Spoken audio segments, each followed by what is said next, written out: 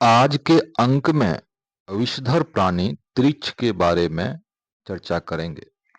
लेखक ने विषधर तृछ को अपनी कहानी का शीर्षक क्यों बनाया,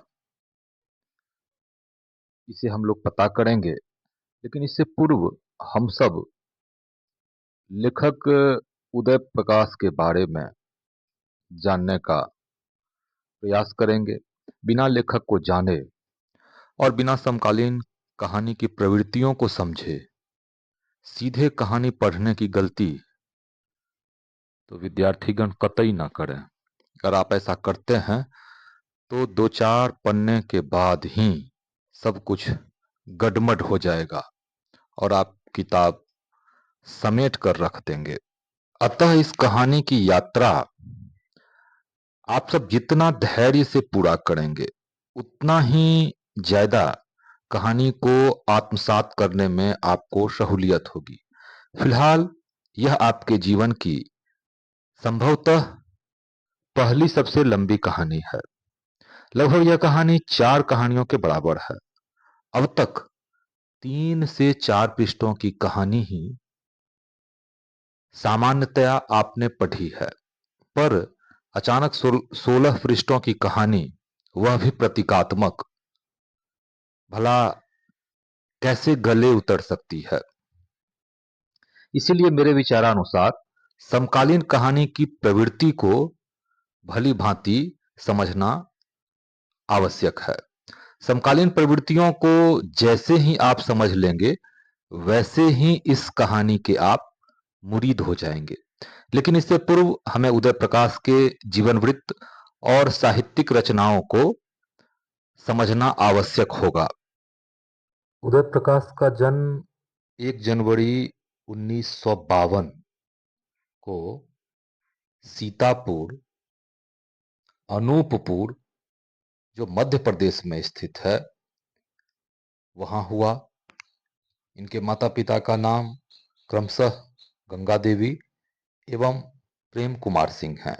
शिक्षा इन्होंने बीएससी और हिंदी से एमए किया।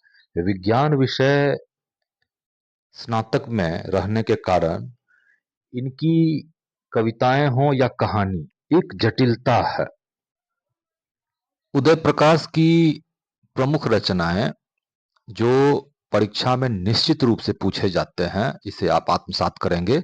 कहानी संग्रह है दरियाई घोड़ा और अंत में प्रार्थना, पाल गोमरा का स्कूटर, पीली छतरी वाली लड़की, दत्तात्रेय के दुख, अरेबा परेबा, मोहनदास, मंगोशिल। इसी प्रकार उदय प्रकाश के कुछ प्रमुख काव्य संग्रह हैं, जैसे सुनो कारीगर, अबूतर कबूतर, रात में हारमोनियम, ईश्वर की आंख, ये निबंध आलोचना है, इंदिरा गांधी की आखिरी लड़ाई, रोमियो रोला का भारत, ये अनेक धारावाहिक और टीवी फिल्मों के लिए ये स्क्रिप्ट लेखन किए हैं। उदय प्रकाश के लेखन की सबसे बड़ी विशेषता दीर्घकाल से अनवरत उनका लेखन कार्य में संलग्न होना है। इनकी कहानी में प्रायः काव्यात्मक बिंब होता है।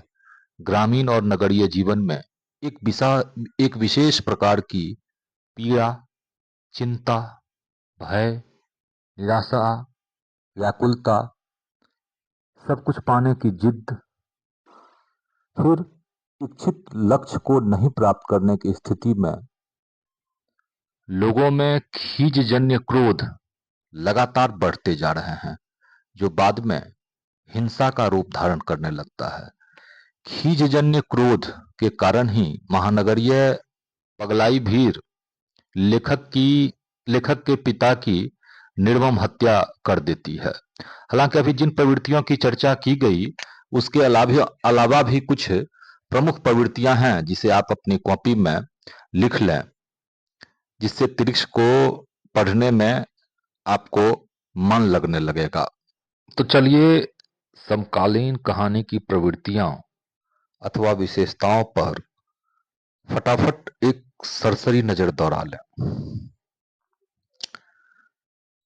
परिस्थितियों का हूबहू यानी यथार्थ चित्रण, अर्थात इस इसमें यथार्थ रूप और नग्न यथार्थ का चित्रण किया जाता है। धन केंद्रित जीवन अर्थात बाप पराना भैया सबसे बड़ा रुपया। हालांकि मेरा यह मानना है कि गांव से विस्थापित होकर नगरीय और महानगरीय जीवन में एक कदम भी आप बिना पैसे के चल ही नहीं सकते। यही जीवन की सच्चाई है और यही जीवन का यथार्थ। इसलिए वहां धन केंद्रित जीवन लगातार पसरते जा रहा है। नैतिकता विहीन और संवेदनहीन जीवन। वास्तव में गांव की पगडंडी से लेकर नगरीय और महानगरीय जीवन यात्रा में चकाचौंध अर्थात ढेर सारा धन बटोरने की होड़ लगी है। इस होड़ ने मानव को पूरी तरह संवेदनहीन बना दिया है। नैतिकता और आदर्श की बात करने वाले लोगों को अब बेवकूफ या इडियट समझा जाता है। कहानी तिरिच में भी हम पाते हैं कि लेखक के पिता जो रिटायर्ड हेडमास्टर हैं सदैव नैतिकता और आदर्श की बात करते हैं, पर कहानी में लेखक के पिता को शहर अपने बूटों तले कुचलकर मार देता है। चौथा बिंदु है स्वार्थ केंद्रित और स्व केंद्रित जीवन। वास्तव में आज ऐसा लग रहा है जैसे किसी के होठों पर एक शब्द तैर रहा हो कि खुदा हमको ऐसी ही खुदाई दें कि अपने सिवा कुछ दिखाई ना दे। पांचवा बिंदु है प्रचलित व्यवस्था का विरोध, यानी ये विकृतियों का विरोध। वास्तव में समकालीन कहानी हमारी आंखों में उंगली डालकर हमें हमारे उस चेहरे से परिचित कराती है जिसे हम खुद के चेहरे से घिन यानी घृणा होने लगती है। यानी अपना चेहरा देख के हमें घिन आने लगती है। तिरिच कहानी में भी इस बात का विशेष तौर पर वर्णन किया गया है। वास्तव में इन पांचों बिंदुओं को समझने के बाद अगर हम कहानी में प्रवेश करते हैं तभी कहानी हमारे पल्ले पड़ेगी। इस कहानी में भी जीवन की जटिल, व्यापक और यथार्थ की सीधी व बेबाक अभिव्यक्ति की गई है। अब अपना स्व मूल्यांकन कर लेते हैं, यानी टेस्ट योर सेल्फ। इस अंक में आपने क्या सीखा इसका स्वयं से मूल्यांकन कर लें।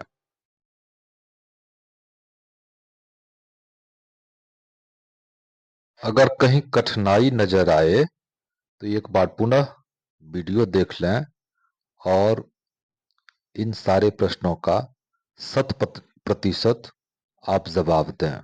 निश्चित रूप से परीक्षा में भी आपको 100% अंक आएंगे। अब सीधे अपने मूल्यांकन की ओर चलते हैं। आप अपना मूल्यांकन करें। लेखक द्वारा संपादित 2 पत्रिकाओं के नाम लिखें। अपने नोटबुक पर ये लिखें। उदय प्रकाश की 5 रचनाओं को लिखें। अरेबा परेबा और कबूतर की साहित्यिक विधा क्या है? ये दोनों प्रश्न बोर्ड के परीक्षा में पिछले परीक्षाओं में प्रश्न ये पूछे जाते रहे हैं। इंदिरा गांधी पर लेखक ने कौन सी रचना की? समकालीन कहानी की 5 विशेषताओं को लिखें। आशा है आप इसे तैयार कर लेंगे और कहीं परेशानी अगर है तो एक बार पुनः वीडियो को गौर से ध्यान से देखें। इस प्रश्न को बनाने में किसी प्रकार की कोई परेशानी नहीं हो तब आपने 100% अधिगम प्राप्त किया है। हो सके तो चैनल को लाइक और सब्सक्राइब कर लें ताकि सो समय ई कंटेंट आपको मिलता रहे।